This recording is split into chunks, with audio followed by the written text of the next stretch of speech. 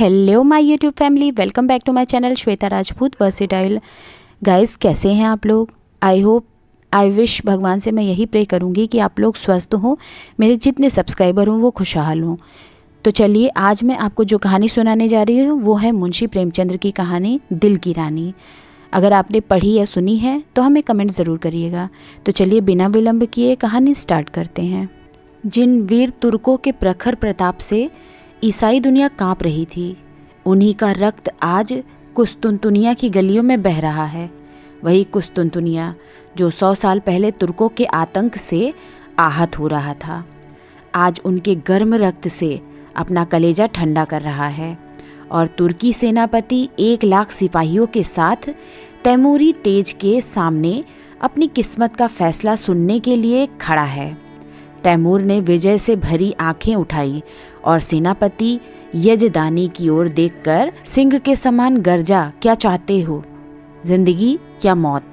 यजदानी ने गर्व से सिर उठाकर कहा, इज्जत की जिंदगी मिले तो जिंदगी, वरना मौत। तैमूर का क्रोध प्रचंड हो उठा। उसने बड़े बड़े अभिमानियों का सिर नीचा कर दिया था। ये जवाब इस अवसर पर सुनने की उसे ताव न थी। इन 1 लाख आदमियों की जान उसकी मुट्ठी में है, उन्हें वो एक क्षण में मसल सकता है। उस पर इतना अभिमान, इज्जत की जिंदगी, इसका यही तो अर्थ है कि गरीबों का जीवन अमीरों के भोग विलास पर बलिदान किया जाए। वहीं शराब की मजलिसें, वहीं अर्मीनिया और काफ की परियां। नहीं, तैमूर ने खलीफा बायजीद का घमंड इसलिए नहीं तोड़ा है कि तुर्कों को फिर उसी मदांध स्वाधीनता में इस्लाम का नाम डुबाने को छोड़ दे। तब उसे इतना रक्त बहाने की क्या जरूरत थी? मानव रक्त का प्रवाह संगीत का प्रवाह नहीं, रस का प्रवाह नहीं, एक विभत्स दृश्य है जिसे देखकर आंखें मुंह फेर लेती हैं, दृश्य सिर झुका लेता है।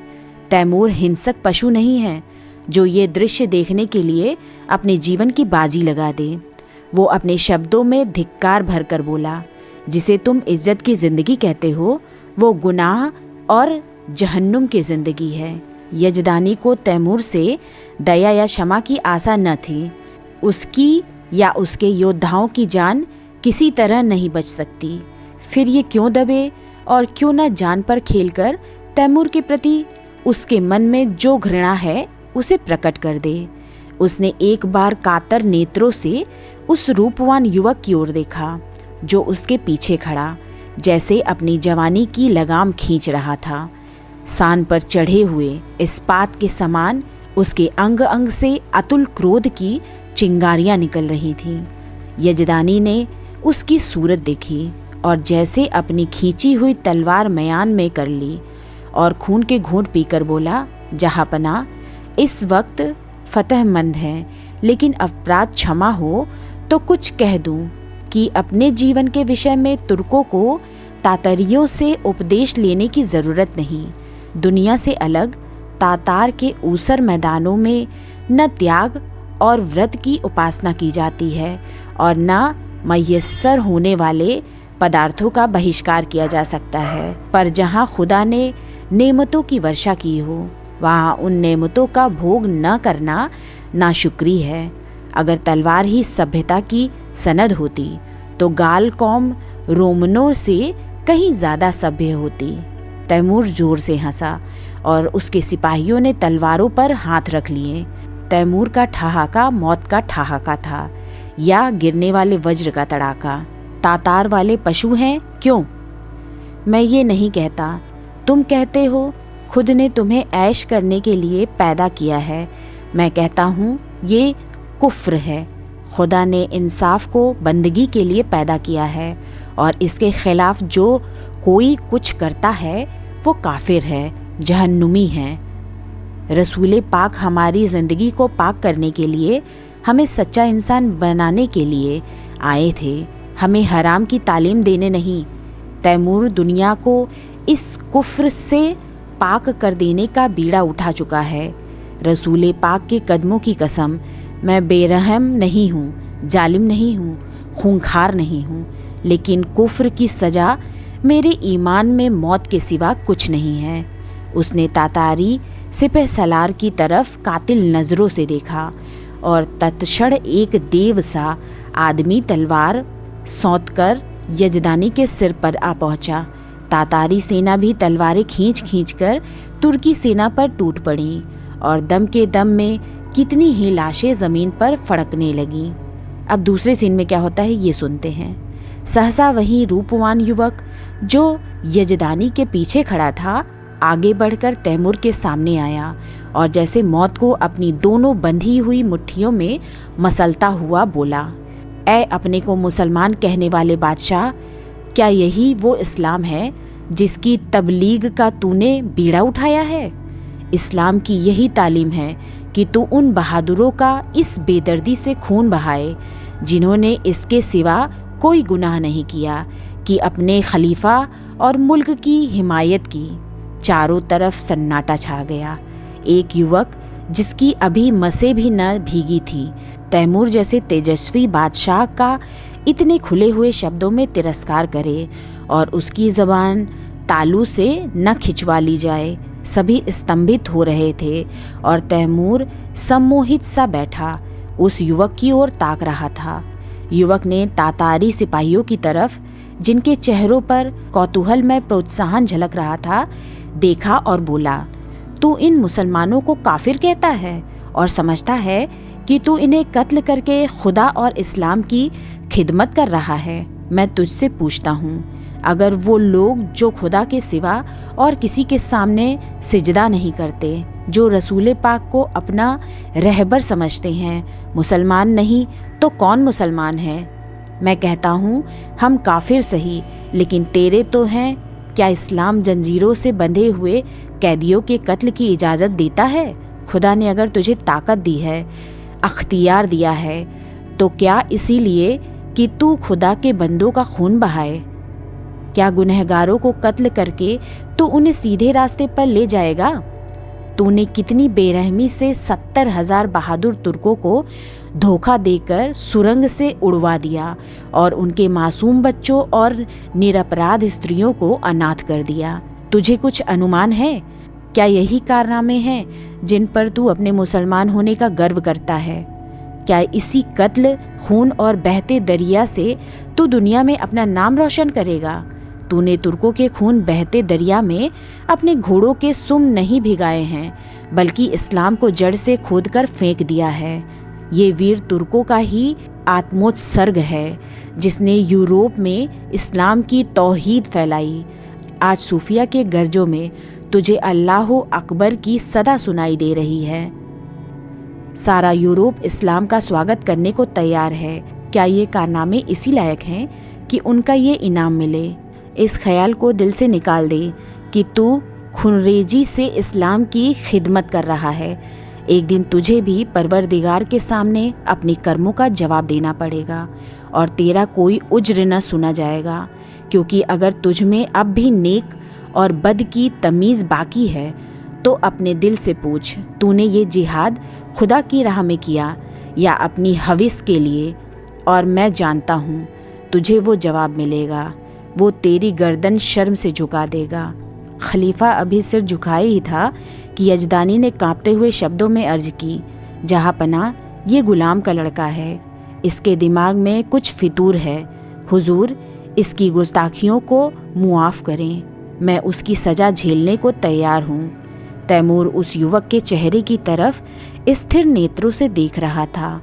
आज जीवन में पहली बार उसे निर्भीक शब्दों को सुनने का अवसर मिला। उसके सामने बड़े बड़े सेनापतियों, मंत्रियों और बादशाहों की जुबान न खुलती थी। वो जो कुछ कहता था वही कानून था, किसी को उसमें चूं करने की ताकत न थी। उसकी खुशामदों ने उसकी अहमन्यता को आसमान पर चढ़ा दिया था। उसे विश्वास हो गया था कि खुदा ने इस्लाम को जगाने और सुधारने के लिए ही उसे दुनिया में भेजा है। उसने पैगंबरी का दावा तो नहीं किया, पर उसके मन में ये भावना दृढ़ हो गई थी। इसलिए जब आज एक युवक ने प्राणों का मोह छोड़कर उसकी कीर्ति का पर्दा खोल दिया तो उसकी चेतना जैसे जाग उठी। उसके मन में क्रोध और हिंसा की जगह श्रद्धा का उदय हुआ। उसकी आंखों का एक इशारा इस युवक की जिंदगी का चिराग गुल कर सकता था। उसकी संसार विजयनी शक्ति के सामने ये दुधमुहा बालक मानो अपने नन्हे नन्हे हाथों से समुद्र के प्रवाह को रोकने के लिए खड़ा हो। कितना हास्यपद साहस था, पर उसके साथ ही कितना आत्मविश्वास से भरा हुआ है। तैमूर को ऐसा जान पड़ा कि इस निहत्थे बालक के सामने वो कितना निर्बल है। मनुष्य में ऐसे साहस का एक ही स्रोत हो सकता है और वो सत्य पर अटल विश्वास है। उसकी आत्मा दौड़कर उस युवक के दामन में चिमट जाने के लिए अधीर हो गई। वो दार्शनिक न था जो सत्य में शंका करता, वो सरल सैनिक था जो असत्य को भी विश्वास के साथ सत्य बना देता है। यजदानी ने उसी स्वर में कहा, जहांपना इसकी बदजबानी का ख्याल न फरमाएं। तैमूर ने तुरंत तख्त से उठकर यजदानी को गले से लगा लिया और बोला, काश ऐसी गुस्ताखियों और बदजबानियों के सुनने का पहने इत्तेफाक होता तो आज इतने बेगुनाहों का खून मेरी गर्दन पर ना होता। मुझे इस जवान में किसी फरिश्ते की रूह का जलवा नज़र आता है जो मुझ जैसे गुमराहों को सच्चा रास्ता दिखाने के लिए भेजी गई है। मेरे दोस्त, तुम खुशनसीब हो जो ऐसे फरिश्ता सिफत बेटे के बाप हो। क्या मैं उसका नाम पूछ सकता हूँ?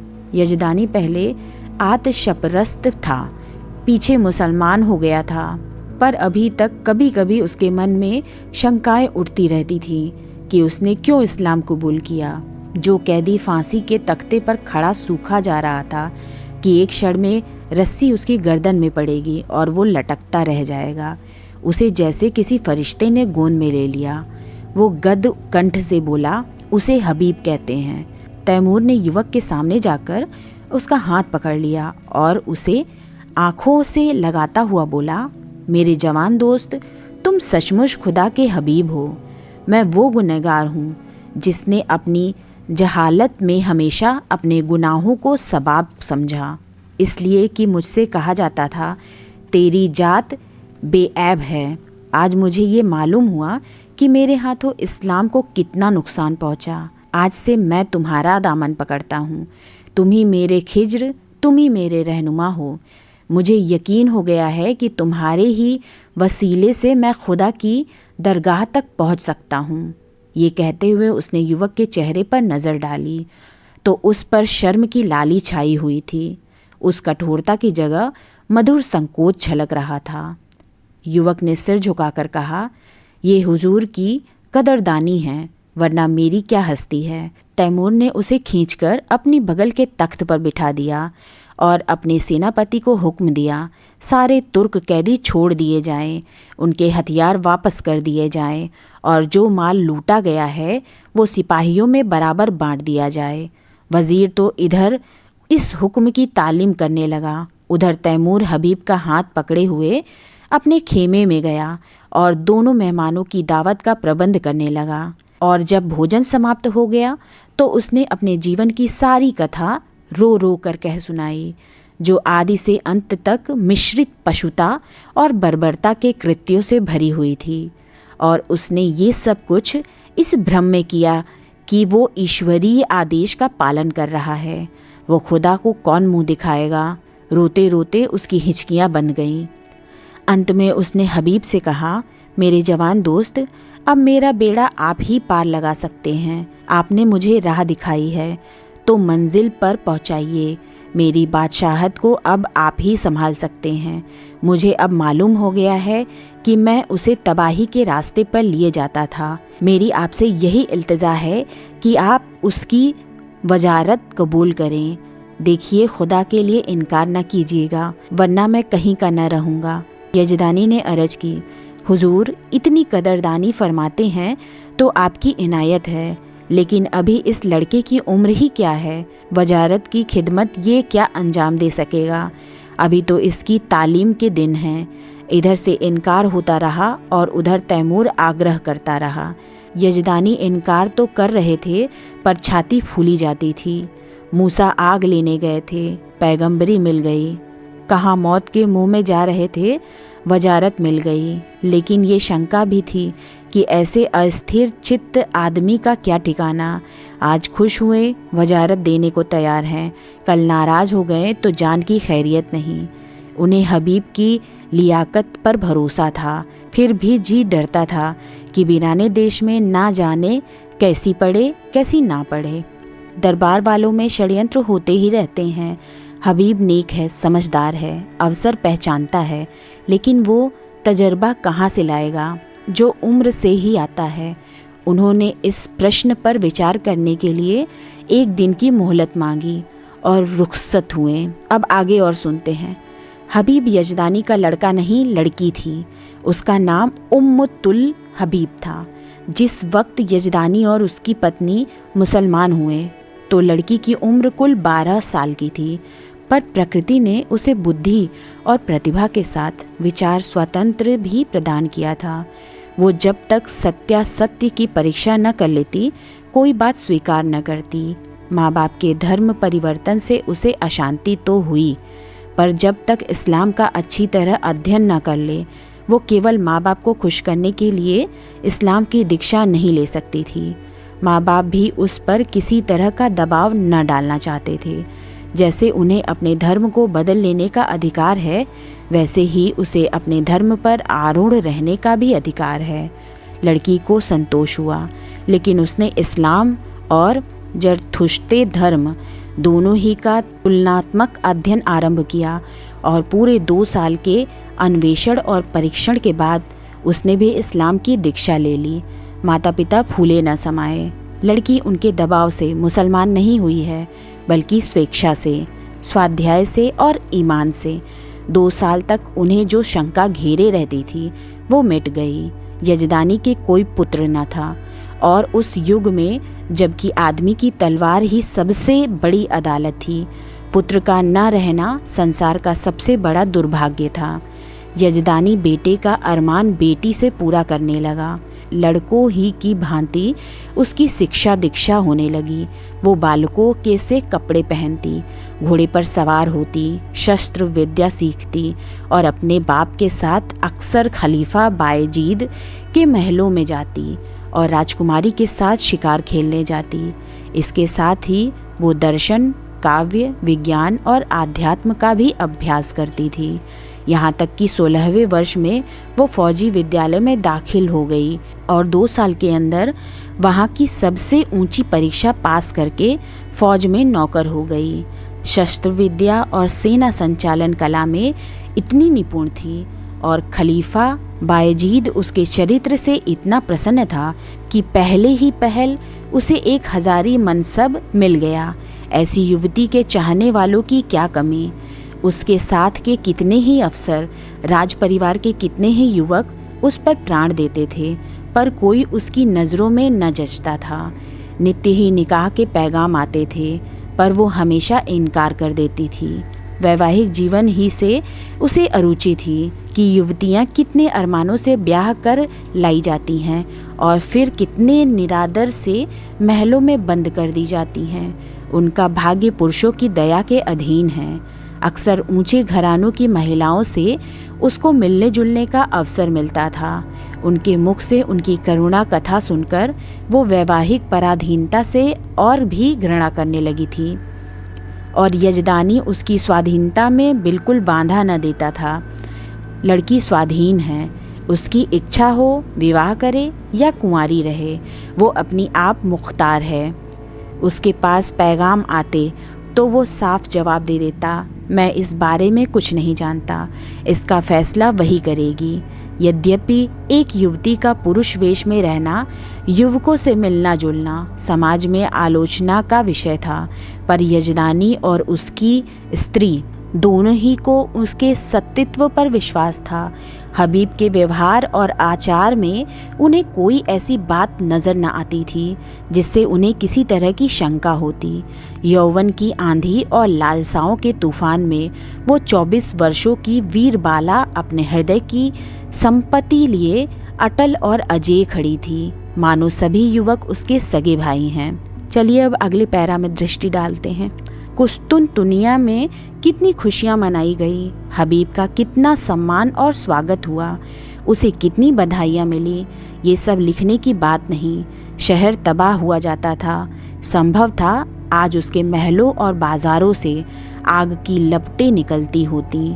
राज्य और नगर को उस कल्पनातीत विपत्ति से बचाने वाला आदमी कितने आदर, प्रेम, श्रद्धा और उल्लास का पात्र होगा, इसकी तो कल्पना भी नहीं की जा सकती।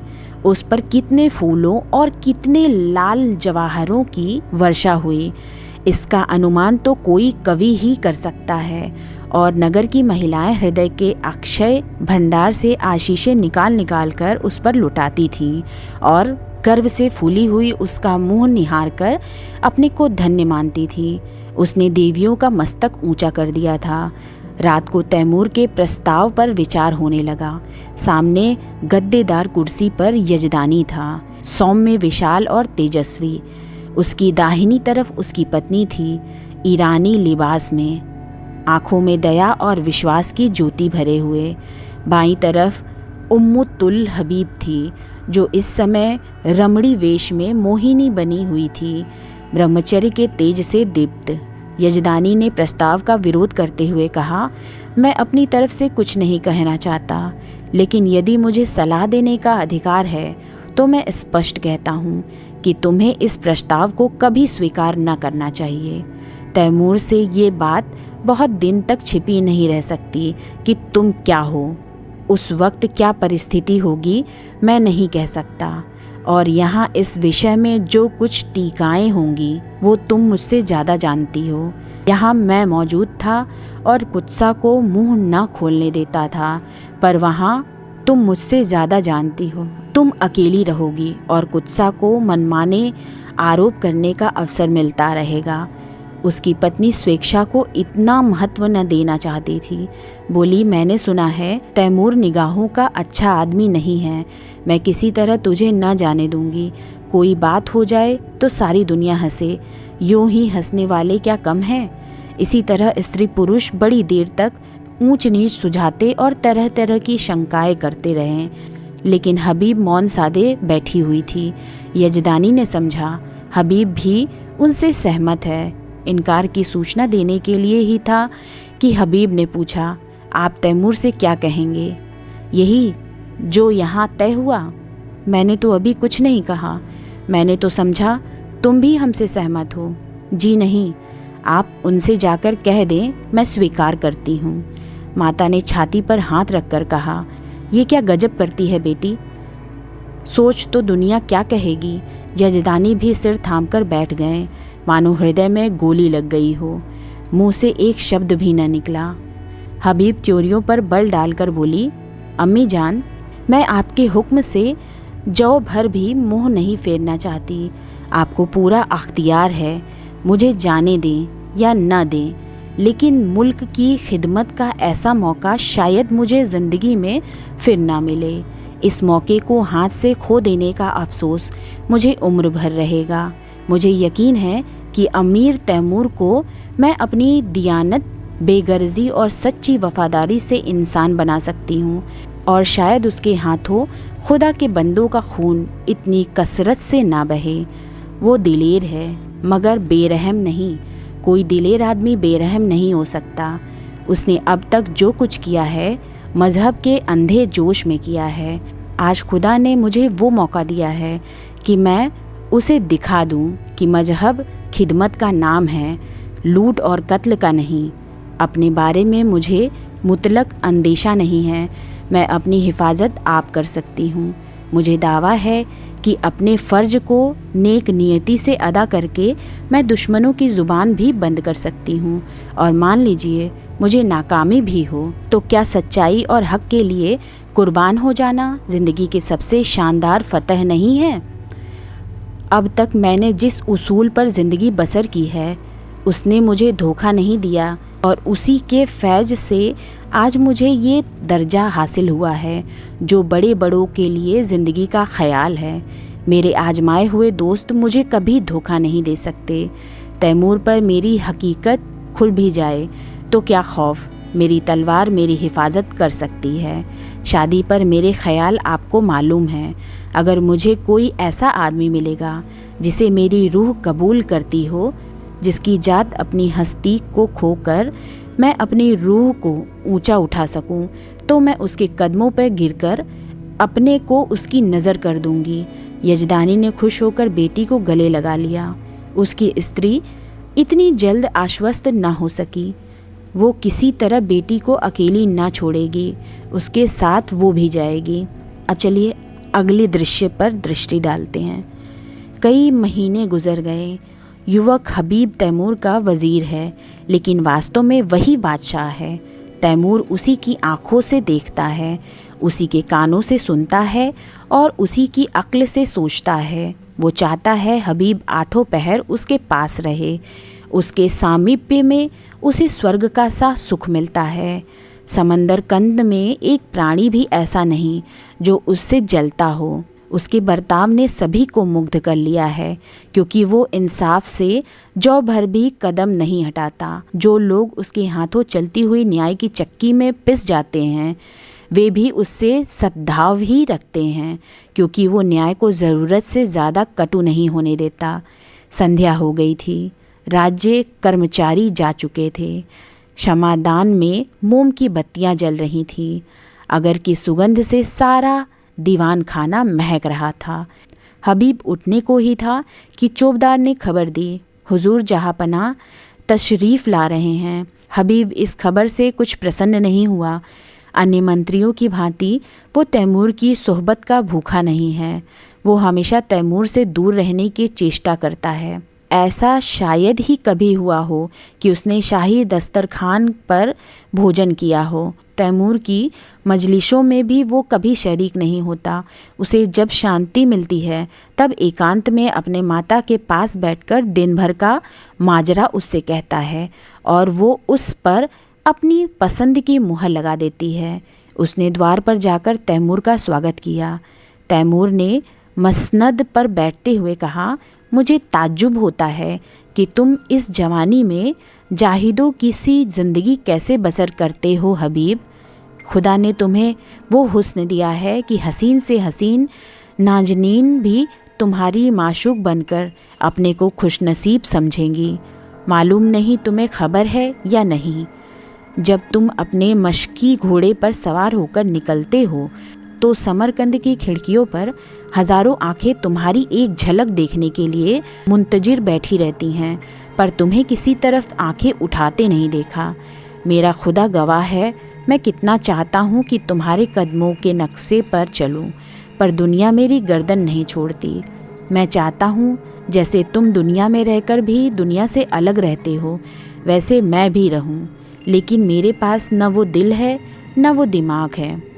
मैं हमेशा अपने आप पर, सारी दुनिया पर दांत पीसता रहता हूँ, जैसे मुझे हरदम खून की प्यास लगी रहती है जिसे तुम बुझने नहीं देते, और ये जानते हुए भी कि तुम जो कुछ करते हो उससे बेहतर कोई दूसरा नहीं कर सकता।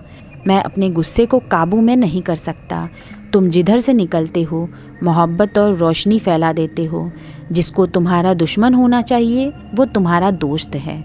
मैं जिधर से निकलता हूँ नफ़रत और शुबहा फैलाता हुआ निकलता हूँ। जिसे मेरा दोस्त होना चाहिए वो भी मेरा दुश्मन है।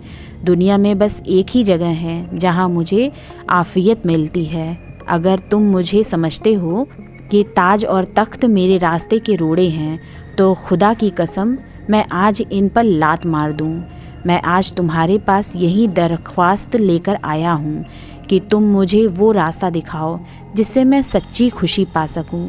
मैं चाहता हूँ तुम इसी महल में रहो ताकि मैं तुमसे सच्ची ज़िंदगी का सबक सीखूँ। हबीब का हृदय धक्क से हो उठा। कहीं अमीर पर नारित्व का रहस्य खुल तो नहीं गया। उसकी समझ में ना आया कि उसे क्या जवाब दे। उसका कोमल हृदय तैमूर की इस करुण आत्मग्लानि पर द्रवित हो गया। जिसके नाम से दुनिया कांपती है वो उसके सामने एक दयनीय प्राणी बना हुआ उससे प्रकाश की भिक्षा मांग रहा है। तैमूर की उस कठोर विकृत शुष्क हिंसात्मक मुद्रा में उसे एक स्निग्ध मधुर ज्योति दिखाई दी, मानो उसका जागृत विवेक भीतर से झांक रहा हो। उसे अपना स्थिर जीवन, जिसमें ऊपर उठने की स्मृति ही न रही थी, इस विफल उद्योग के सामने तुच्छ जान पड़ा। उसने मुग्ध कंठ से कहा, हुजूर, इस गुलाम की इतनी कद्र करते हैं, ये मेरी खुशनसीबी है, लेकिन मेरा शाही महल में रहना मुनासिब नहीं। तैमूर ने पूछा, क्यों? इसलिए कि जहाँ दौलत ज़्यादा होती है वहाँ डांके पड़ते हैं, और जहाँ कद्र ज़्यादा होती है वहाँ दुश्मन भी ज़्यादा होते हैं। तुम्हारा भी कोई दुश्मन हो सकता है, मैं खुद अपना दुश्मन हो जाऊँगा। आदमी का सबसे बड़ा दुश्मन गुरूर है। तैमूर को जैसे कोई रत्न मिल गया। उसे अपनी मनः तुष्टि का आभास हुआ। आदमी का सबसे बड़ा दुश्मन गुरूर है। इस वाक्य को मन ही मन दोहरा कर उसने कहा, तुम मेरे काबू में कभी ना आओगे हबीब। तुम वो परिंदा हो जो आसमान में ही उड़ सकता है। उसे सोने के पिंजड़े में भी रखना चाहो तो फड़फड़ाता रहेगा। खैर, खुदा हाफिज। वो तुरंत अपने महल की ओर चला, मानो उस रत्न को सुरक्षित स्थान में रख देना चाहता हो। ये वाक्य पहली बार उसने न सुना था, पर आज इससे जो ज्ञान, जो आदेश, जो सत्प्रेरणा उसे मिली, वो कभी न मिली थी। आइए अब अगले दृश्य में दृष्टि डालते हैं। इस्तकर के इलाके से बगावत की खबर आई है। हबीब को शंका है कि तैमूर वहां पहुंचकर कहीं कत्लेआम न कर दे। वो शांतिमय उपायों से इस विद्रोह को ठंडा करके तैमूर को दिखाना चाहता है कि सद्भावना में कितनी शक्ति है। तैमूर उसे इस मुहिम पर नहीं भेजना चाहता था, लेकिन हबीब के आग्रह के सामने बेबस है। हबीब को जब और कोई युक्ति न सूझी तो उसने कहा, गुलाम के रहते हुए हुजूर अपनी जान खतरे में डालें, ये नहीं हो सकता। तैमूर मुस्कुराया, मेरी जान की तुम्हारी जान के मुकाबले में कोई हकीकत नहीं है हबीब। फिर मैंने तो कभी जान की परवाह न की। मैंने दुनिया में कत्ल और लूट के सिवा और क्या यादगार छोड़ी। मेरे मर जाने पर दुनिया मेरे नाम को रोएगी नहीं। यकीन मानो, मेरे जैसे लुटेरे हमेशा पैदा होते रहेंगे, लेकिन खुदा न करे तुम्हारे दुश्मनों को कुछ हो गया तो ये सल्तनत खाक में मिल जाएगी, और तब मुझे भी सीने में खंजर चुभा लेने के सिवा और कोई रास्ता न रहेगा। मैं नहीं कह सकता हबीब, तुमसे मैंने कितना पाया। काश 10-5 साल पहले तुम मुझे मिल जाते तो तैमूर तारीख में इतना रुसियाह न होता। आज अगर ज़रूरत पड़े तो मैं अपने जैसे 100 तैमूरों को तुम्हारे ऊपर निसार कर दूं। यही समझ लो कि मेरी रूह को अपने साथ लिए जा रहे हो। आज मैं तुमसे कहता हूँ हबीब कि मुझे तुमसे इश्क है। इसे मैं अब जान पाया हूँ, मगर इसमें क्या बुराई है कि मैं भी तुम्हारे साथ चलूँ। हबीब ने धड़कते हुए हृदय से बोला, अगर मैं आपकी ज़रूरत समझूंगा तो इत्तला दूंगा। तैमूर ने दाढ़ी पर हाथ रखकर कहा, जैसी तुम्हारी मर्जी, लेकिन रोजाना काशिद भेजते रहना, वरना शायद मैं बेचैन होकर चला आऊं। तैमूर ने कितनी मोहब्बत से हबीब के सफ़र की तैयारियां की। तरह तरह के आराम और तकल्लुफ़ की चीज़ें उसके लिए जमा की। उस कोहिस्तान में ये चीज़ें कहाँ मिलेंगी? वो ऐसा संलग्न था मानो माता अपनी लड़की को ससुराल भेज रही हूँ। जिस वक्त हबीब फौज के साथ चला तो सारा समरकंद उसके साथ था, और तैमूर आंखों पर रुमाल रखे अपने तख्त पर ऐसा सिर झुकाए बैठा था मानो कोई पक्षी आहत हो गया हो। आइए अब हम अगले दृश्य पर दृष्टि डालते हैं। इस्तखर अरमानी ईसाइयों का इलाका था। मुसलमानों ने उन्हें परास्त करके वहां अपना अधिकार जमा लिया था और ऐसे नियम बना दिए थे जिससे ईसाइयों को पग पग अपनी पराधीनता का स्मरण होता रहता था। पहला नियम जजिये का था, जो हर एक ईसाई को देना पड़ता था, जिससे मुसलमान मुक्त थे। दूसरा नियम ये था कि गिरजों में घंटा न बजे।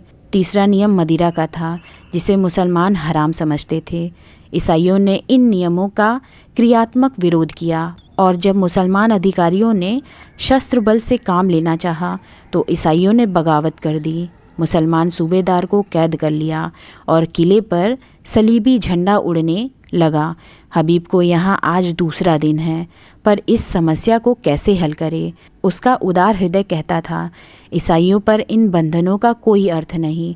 हर एक धर्म का समान रूप से आदर होना चाहिए, लेकिन मुसलमान इन कैदों को हटा देने पर कभी राजी न होंगे, और ये लोग मान भी जाएं तो तैमूर क्यों मानने लगा? उसके धार्मिक विचारों में कुछ उदारता आई है, फिर भी वो इन कैदों को उठाना कभी मंजूर न करेगा। लेकिन क्या वो ईसाइयों को सज़ा दे कि वे अपनी धार्मिक स्वाधीनता के लिए लड़ रहे हैं, जिसे वो सत्य समझता है, उसकी हत्या कैसे करे?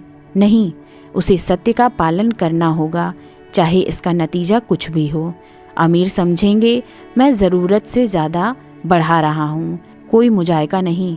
दूसरे दिन हबीब ने प्रातःकाल डंके की चोट ऐलान कराया, जजिया माफ़ किया जाए, शराब और घंटों पर कोई कैद नहीं है। मुसलमानों में तहलका पड़ गया, ये कुफ्र है, हराम परस्ती है। अमीर तैमूर ने जिस इस्लाम को अपने खून से सींचा, उसकी जड़ उन्हीं के वजीर हबीब पाशा के हाथों खुद रही है। पाशा पलट गया। शाही फौज मुसलमानों से जा मिली। हबीब ने इस्तिखर के किले में पनाह ली। मुसलमानों की ताकत शाही फौज के मिल जाने से बहुत बढ़ गई थी। उन्होंने किला घेर लिया और ये समझकर कि हबीब ने तैमूर से बगावत की है, तैमूर के पास इसकी सूचना देने और परिस्थिति समझाने के लिए कासिद भेजा। आइए अब हम अगले दृश्य पर दृष्टि डालते हैं। आधी रात गुजर चुकी थी। तैमूर को 2 दिनों से इस्तिखर की कोई खबर न मिली थी। तरह तरह की शंकाएं हो रही थीं। मन में पछतावा हो रहा था कि उसने क्यों हबीब को अकेला जाने दिया। माना कि वो बड़ा नीति कुशल है, पर बगावत कहीं जोर पकड़ गई तो मुट्ठी भर आदमियों से वो क्या कर सकेगा, और बगावत यकीनन जोर पकड़ेगी। वहाँ के ईसाई भला के सरकश हैं। जब उन्हें मालूम होगा कि तैमूर की तलवार में जंग लग गया और उसे अब महलों की ज़िंदगी पसंद है, तो उनकी हिम्मत दूनी हो जाएगी। हबीब कहीं दुश्मनों से घिर गया तो बड़ा गजब हो जाएगा। उसने अपने जानू पर हाथ मारा और पहलू बदलकर अपने ऊपर झुंझलाया। वो इतना पस्त हिम्मत क्यों हो गया? क्या उसका तेज और शौर्य उससे विदा हो गया? जिसका नाम सुनकर दुश्मन में कंपन पड़ जाता था, वो आज अपना मुंह छिपाकर महलों में बैठा हुआ है। दुनिया की आंखों में इसका यही अर्थ हो सकता है कि तैमूर अब मैदान का शेर नहीं, कालीन का शेर हो गया। हबीब फरिश्ता है जो इंसान की बुराइयों से वाकिफ नहीं, जो रहम और साफ दिली और बेगर्जी का देवता है। वो क्या जाने इंसान कितना शैतान हो सकता है। अमन के दिनों में तो ये बातें कौम और मुल्क को तरक्की के रास्ते पर ले जाती हैं, पर जंग में नहीं। जबकि शैतानी जोश का तूफान उठता है, इन खुशियों की गुंजाइश नहीं।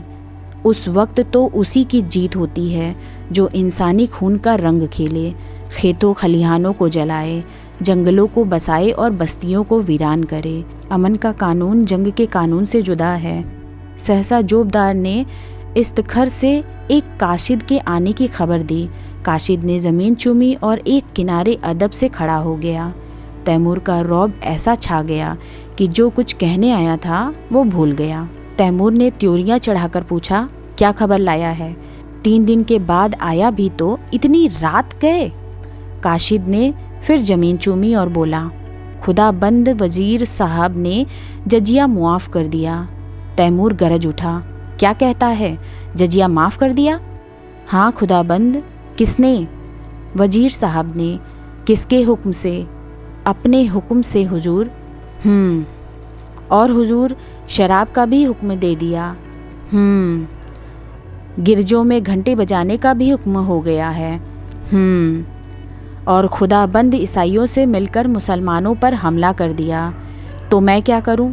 हुजूर हमारे मालिक हैं, अगर हमारी कुछ मदद न हुई तो वहाँ एक मुसलमान भी जिंदा न बचेगा। हबीब पाशा इस वक्त कहाँ है? इस्तिखर के किले में हुजूर। और मुसलमान क्या कर रहे हैं? हमने ईसाइयों को किले में घेर लिया है, उन्हीं के साथ हबीब को भी। हाँ हुजूर, वो हुजूर से बागी हो गए और इसलिए मेरे वफादार इस्लाम के खामियों ने उन्हें कैद कर रखा है। मुमकिन है मेरे पहुँचते पहुँचते उन्हें कत्ल भी कर दें। बज्जात, दूर हो जा मेरे सामने से। मुसलमान समझते हैं हबीब मेरा नौकर है और मैं उसका आका हूँ। ये गलत है, झूठ है। इस सल्तनत का मालिक हबीब है, तैमूर उसका अदना गुलाम है।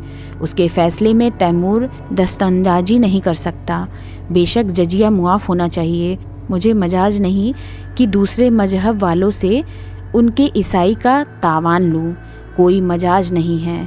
अगर मस्जिद में अजान होती है तो कलीसा में घंटा क्यों बजे? घंटे की आवाज़ में कुफ्र नहीं है।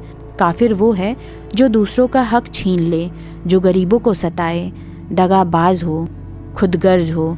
काफिर वो नहीं जो मिट्टी या पत्थर के एक टुकड़े में खुदा का नूर देखता हो, जो नदियों और पहाड़ों में, दरख्तों और झाड़ियों में खुदा का जलवा पाता हो। वो हमसे और तुमसे ज्यादा खुदा परस्त है, जो मस्जिद में खुदा को बंद समझते हैं। तू समझता है मैं कुफ्र बक रहा हूँ? किसी को काफिर समझना ही कुफ्र है। हम सब खुदा के बंदे हैं, सब। बस जा और उन बागी मुसलमानों से कह दे, अगर फ़ौरन मुहासरा ना उठा लिया गया तो तैमूर क़यामत की तरह आ पहुँचेगा। काशिद हतबुद्धि सा खड़ा ही था कि बाहर खतरे का बिगुल बज उठा और फौजें किसी समर यात्रा की तैयारी करने लगीं। अब चलिए आइए अगले दृश्य पर दृष्टि डालते हैं। तीसरे दिन तैमूर इस्तिखर पहुंचा तो किले का मुहासरा उठ चुका था। किले की तोपों ने उसका स्वागत किया। हबीब ने समझा तैमूर ईसाइयों को सजा देने आ रहा है।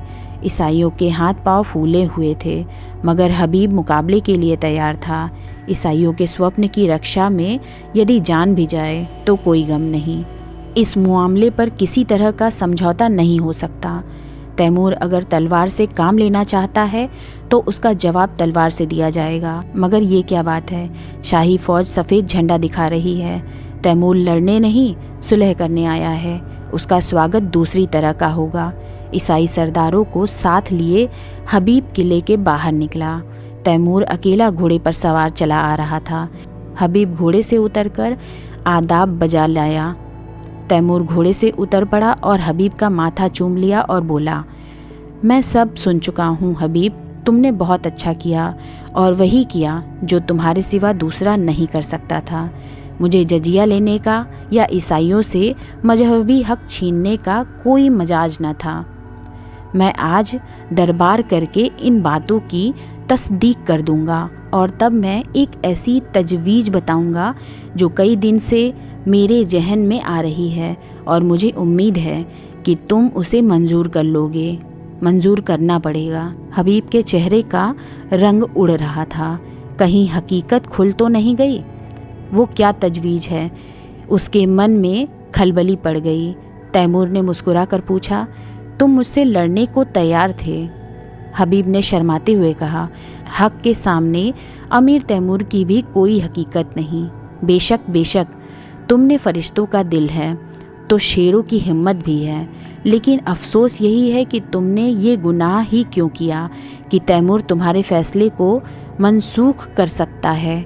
ये तुम्हारी जीत है जिसने मुझे बतलाया है कि सल्तनत किसी आदमी की जायदाद नहीं बल्कि एक ऐसा दरख्त है जिसकी हर एक शाख और पत्ती एक सी खुराक पाती हैं। दोनों किले में दाखिल हुए।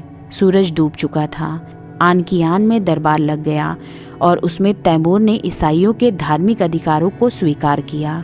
चारों तरफ से आवाज़ आई, खुदा हमारे बादशाह की उम्र दराज करें। तैमूर ने उसी सिलसिले में कहा, दोस्तों, मैं इस दुआ का हकदार नहीं हूँ। जो चीज़ मैंने आपसे जबरन ली थी उसे आपको वापस देकर मैं दुआ का काम नहीं कर रहा हूँ। इससे कहीं ज़्यादा मुनासिब ये है कि आप मुझे लानत दें कि मैंने इतने दिनों तक आपके हकों से आपको महरूम रखा। चारों तरफ से आवाज़ आई, मरहबा मरहबा। दोस्तों, उन हकों के साथ साथ मैं आपकी सल्तनत भी आपको वापस करता हूँ, क्योंकि खुदा की निगाह में सभी इंसान बराबर हैं और किसी कौम या शख्स को दूसरी कौम पर हुकूमत करने का अख्तियार नहीं है।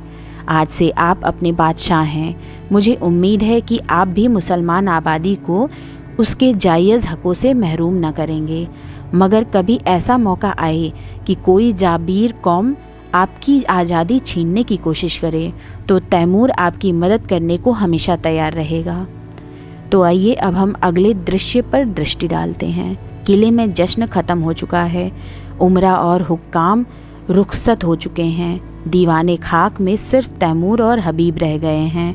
हबीब के मुख पर आज स्मित हास्य की वो छटा है जो सदैव गंभीरता के नीचे दबी रहती है।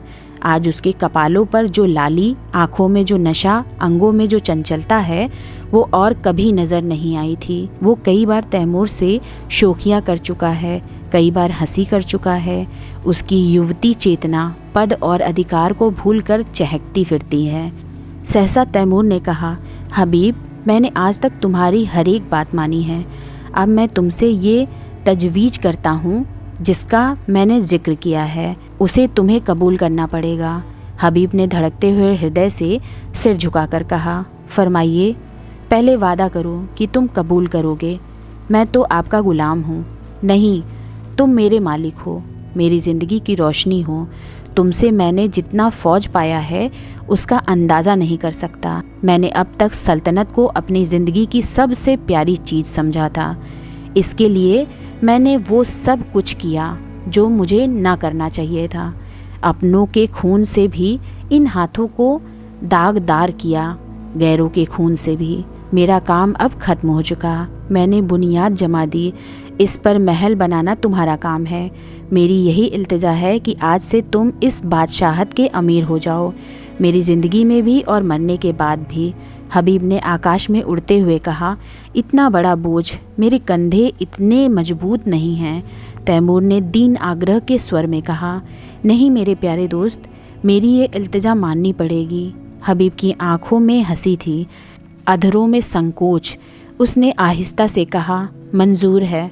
तैमूर ने प्रफुल्लित स्वर में कहा, खुदा तुम्हें सलामत रखे। लेकिन अगर आपको मालूम हो जाए कि हबीब एक कच्ची अकल की कुंवारी बालिका है तो वो मेरी बादशाहत के साथ मेरे दिल की भी रानी हो जाएगी। आपको बिल्कुल ताज्जुब नहीं हुआ? मैं जानता था कब से, जब तुमने पहली बार अपनी जालिम आँखों से मुझे देखा, मगर आपने छिपाया खूब। तुम्ही ने सिखाया। शायद मेरे सिवा यहाँ किसी को ये बात मालूम नहीं। आपने कैसे पहचान लिया? तैमूर ने मतवाली आँखों से देखकर कहा, ये ना बताऊँगा।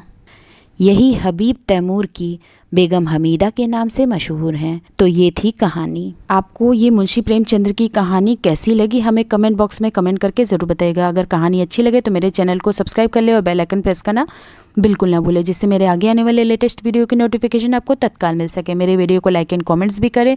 मेरे वीडियो को अपने फेसबुक, व्हाट्सएप, इंस्टाग्राम पे अपने अड़ोसियों पड़ोसियों, माता पिता, अपने परिवारजनों को, अपने दोस्तों यारों मित्रों को, जिसको जानते सबको शेयर करना बिल्कुल मत भूलिएगा। शेयर ज़रूर करिएगा। तो चलिए मिलते हैं नेक्स्ट वीडियो में इंटरेस्टिंग टॉपिक के साथ। तब तक के लिए जय महाकाल।